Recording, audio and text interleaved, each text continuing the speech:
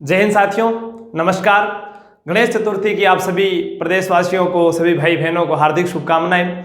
आज गणेश चतुर्थी की बात करते हैं तो राजस्थान में त्रिनेत्र गणेश मंदिर रणथंभौर के अंदर बात आती है कि सवाई माधोपुर में मेला भरता है। लेकिन गणेश चतुर्थी को ही जैसलमेर में चुंगी तीर्थ मेला भी भरता है। भाद्रपद शुक्ल चतुर्थी का आज का ये दिन। और बात करने जा रहे हैं टोंक जिले की। कौन सा जिला है? टोंक। टोंक जिसे नवाबों की नगरी के नाम से जाना जाता है।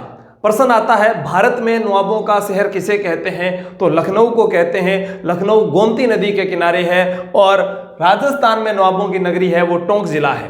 गुरुजी गणेश जी के बारे में और बताओ। बाजना गणेश का मंदिर पूछा जा सकता है सिरोही जिले में। हेरम गणपति यानी सिंह पर सवार गणेश जी की स्थापना या मूर्ति मंदिर कहीं भी पूछा जाए तो उत्तर बीकानेर होगा। और अगर आपसे प्रश्न पूछ लिया जाए खड़े गणेश जी का मंदिर तो हम इंद्रप्रस्थ नगरी कोटा की बात करते हैं। खड़े गणेश जी का मंदिर वहां पर है।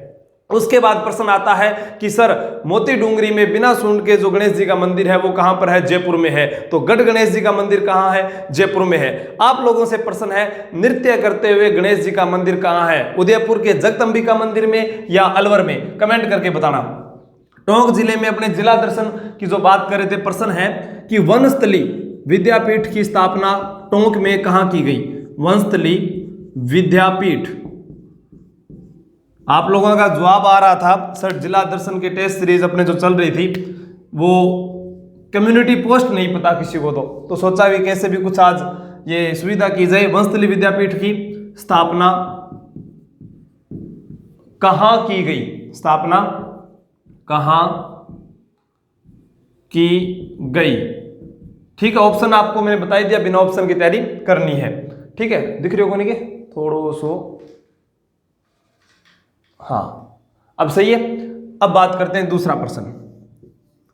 वनस्थली विद्यापीठ जिसे वर्तमान में डीम्ड विश्वविद्यालय का दर्जा दिया गया है, इसकी स्थापना पूछी जा सकती है। विरत्ना शास्त्री, हीरालाल शास्त्री का नाम आ सकता है। आपसे प्रश्न यह भी पूछा जा सकता है कि डीम्ड विश्वविद्यालय का दर्जा कब दिया गया था? 1983 में दिया गया था। ठीक है, पहले नाम क्या था? शांताबाई कुटीर शिक्षा।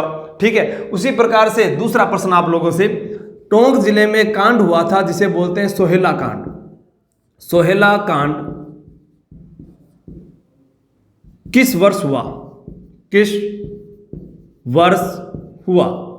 यानी टोंक में जो सोहेला कांड हुआ था, किसानों में और पुलिस के अंदर थोड़ी सी मतभेद या कोई भी चीज के कारण गोलाबारी हुई, तो वो कांड किस वर्ष हुआ था?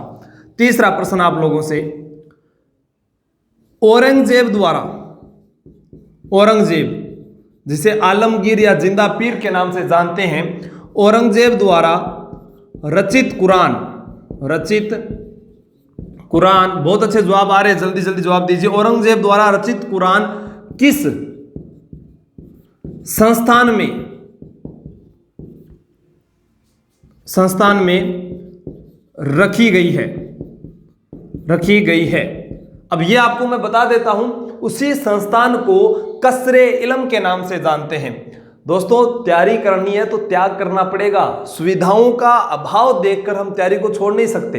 तो इसलिए जैसा भी दिख रहा है जवाब देते रहे। मेरी तरफ से आप लोगों को क्या करें, बेस्ट ऑफ लक। ठीक है, तो औरंगजेब द्वारा रचित कुरान किस संस्थान में रखी गई है जिसे कसरे इल्म के नाम से भी जानते हैं? नेक्स्ट प्रश्न आप लोगों से, प्रश्न है डिग्गी कल्याण जी, डिग्गी कल्याण जी का मेला कब भरता है? कब भरता है? ठीक है, डिग्गी कल्याण जी का मेला कब भरता है यह आप लोगों को ध्यान में होना चाहिए। डिग्गी कल्याण जी, ठीक है, डिग्गी कल्याण जी का मेला कब भरता है? तो ये आपके सामने 4 प्रश्न हुए। देखो, डिग्गी कल्याण जी को मुस्लिम जो लोग हैं वो क्या कहते हैं? कलह पीर के नाम से जानते हैं। प्रश्न आता है कि राणा सांगा के समय कौन सा मंदिर बना था? डिग्गी कल्याण जी का मंदिर बना था। और यहां पर जयपुर से एक सवारी आती है, उसकी तारीख अलग है, मेले की तारीख अलग है। तो 4 प्रश्न हो गए। उसके बाद आगे चलते हैं, जवाब देते रहे। इन सभी का जो आंसर है वो आपको पिन किया हुआ लास्ट में मिल जाएगा। 5 नंबर प्रश्न, 5 नंबर हमारा प्रश्न ये है कि टोंक जो है, इसमें एक प्रश्न आता है, भारत का प्राचीन टाटा नगर किसे कहते हैं? टाटा नगर किसे कहते हैं? तो भारत का प्राचीन टाटा नगर किसे कहते हैं, आपको यह बताना है। फिर 6 नंबर प्रश्न आप लोगों के लिए, चार वेद शैली, जो संगीत गायन लोक नाट्य की एक शैली है, कव्वाली जिसको हम कहते हैं, तो चार वेद शैली का जनक किसे कहते हैं? चार वेद शैली का जनक किसे माना जाता है? किसे माना जाता है? आपसे प्रश्न आ सकता है कि जो नवाबों की नगरी है टोंक जिला, यह राजस्थान में नवाबों की नगरी के रूप में प्रसिद्ध है, तो भारत में नवाबों की नगरी के रूप में लखनऊ प्रसिद्ध है। फिर टोंक जिले का शुभंकर क्या है? शुभंकर क्या है? 8 नंबर प्रश्न, 1857 की क्रांति के समय, 1857 की क्रांति के समय टोंक के नवाब कौन थे? फिर प्रश्न आप लोगों से, टोंक जिले का संस्थापक किसे माना जाता है? टोंक जिले का संस्थापक किसे माना जाता है? किसे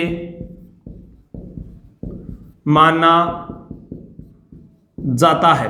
अब आप लोगों से प्रश्न क्या पूछा जा सकता है कि 1857 की क्रांति के समय टोंक के नवाब आ गए, तो प्रश्न यह भी आ सकता है कि 1857 की क्रांति के समय यहां टोंक के अंदर कौन सी सैनिक छावनी थी, वहां विद्रोह हुआ था या नहीं हुआ, वो तारीख बतानी है आप लोगों को।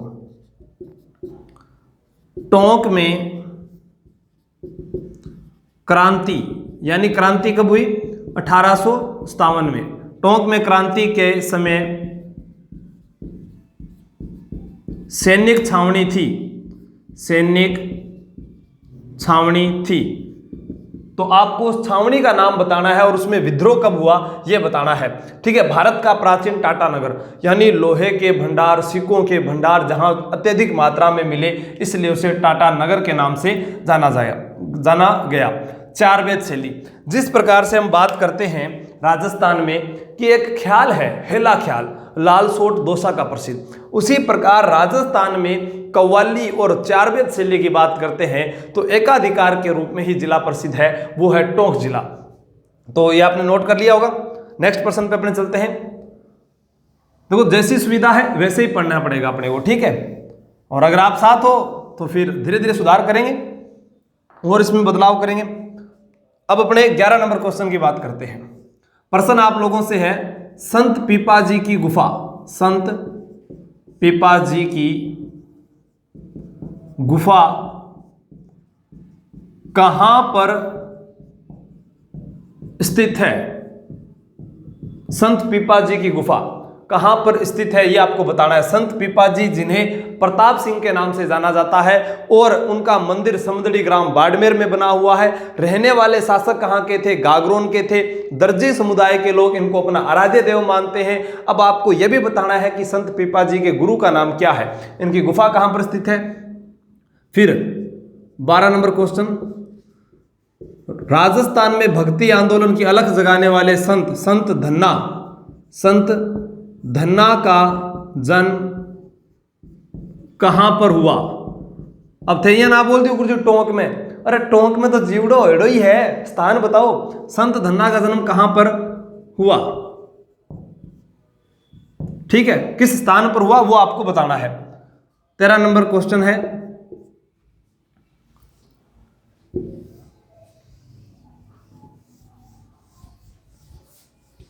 कि वह कौन सा बांध है जिसकी सभी बोगियों को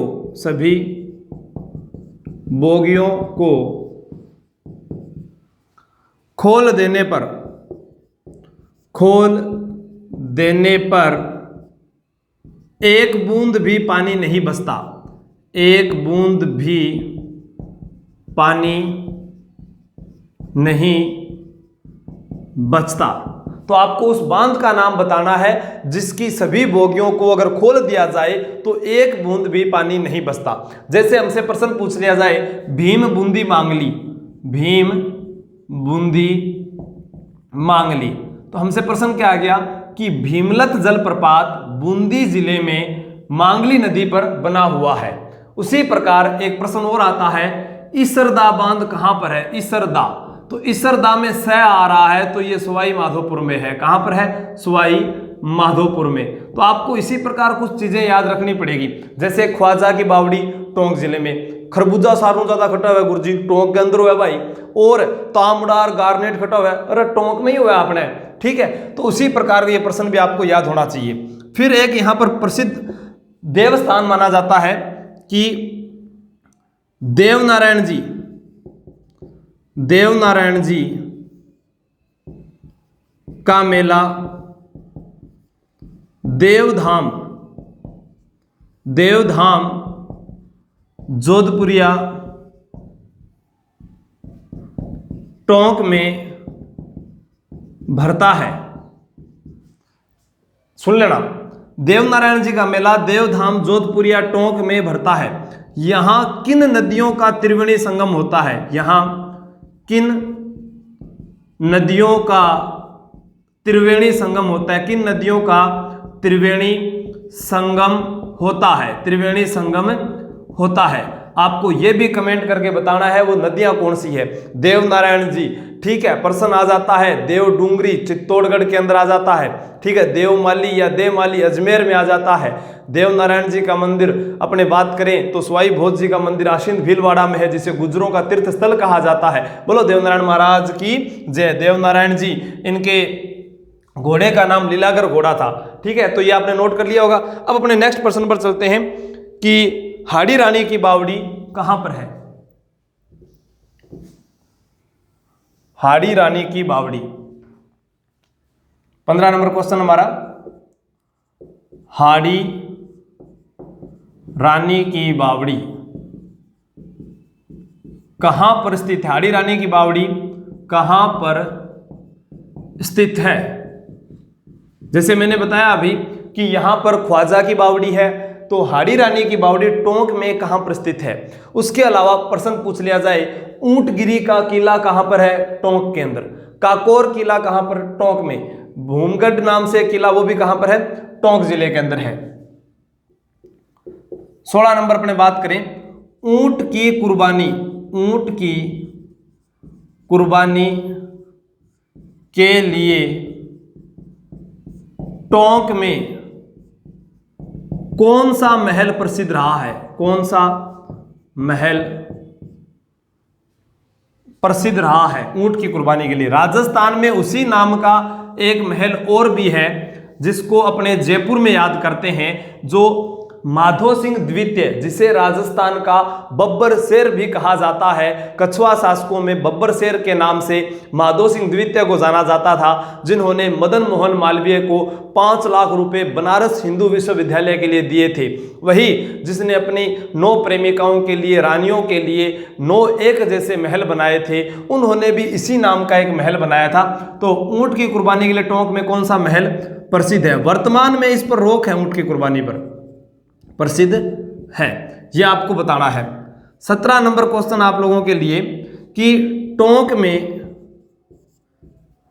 कौन सा बीड़ी उद्योग स्थापित है, कौन सा, टोंक में कौन सा बीड़ी उद्योग स्थापित है। भाई जैसे देसाई बीड़ी है उसी प्रकार टोंक में कौन सा बीड़ी उद्योग स्थापित है। राजस्थान में नमदे व गलीचे कहाँ के प्रसिद्ध है, टोंक जिले के है, ठीक है। उसी प्रकार बीड़ी किस वृक्ष या किस पत्ते से, तो तेंदुओं के पत्तों से बनाई जाती है। तो यहाँ कौन सा बीड़ी उद्योग स्थापित है ये आपको बताना है।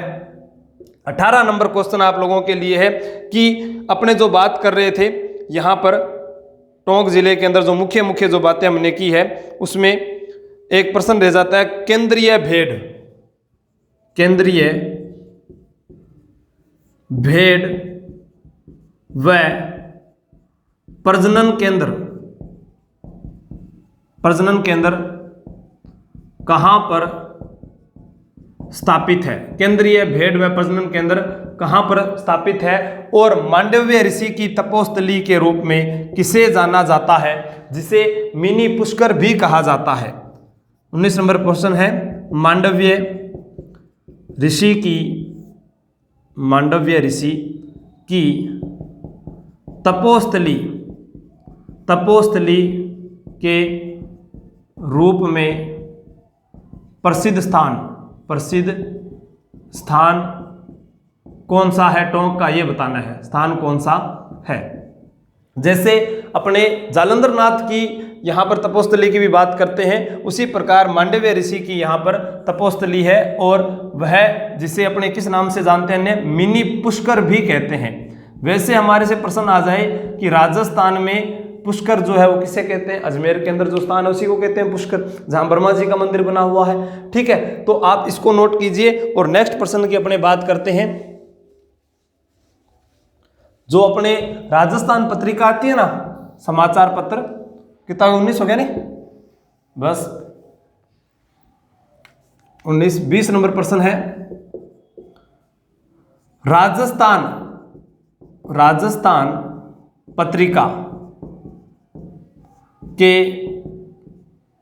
पत्रिका समाचार पत्र के संस्थापक